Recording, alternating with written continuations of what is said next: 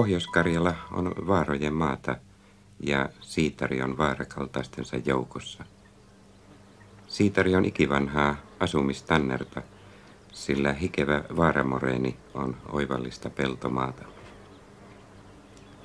Mutta Siitarin vaaralta Ilomantsin Huhuksen kylässä katselee myös Koiteretta parhaiten.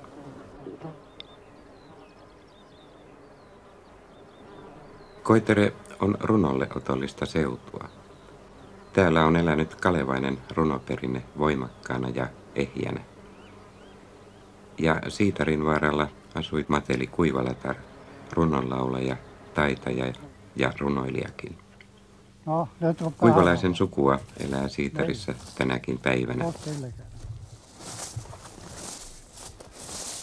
Niin, käteen vaan kovasti. Niin. Ota vaan tuolta noin.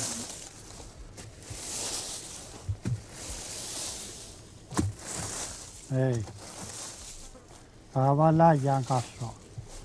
Ukin isä oli Matelin pojanpoika. Juha on Ukin pojanpoika. 5 sukupolvea Matelista nykypäivään. Hyvä tullaan.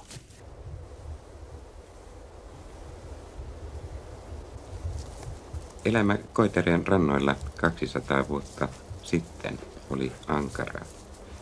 Se oli raatamista jokaisena päivänä. Kun sitten tuollainen Mateli, mökin eukko ja 11 lapsen äiti, ehti ja osasi laatia lauluja, niin kysymyksessä oli aito runoilija, lahjakas ihminen.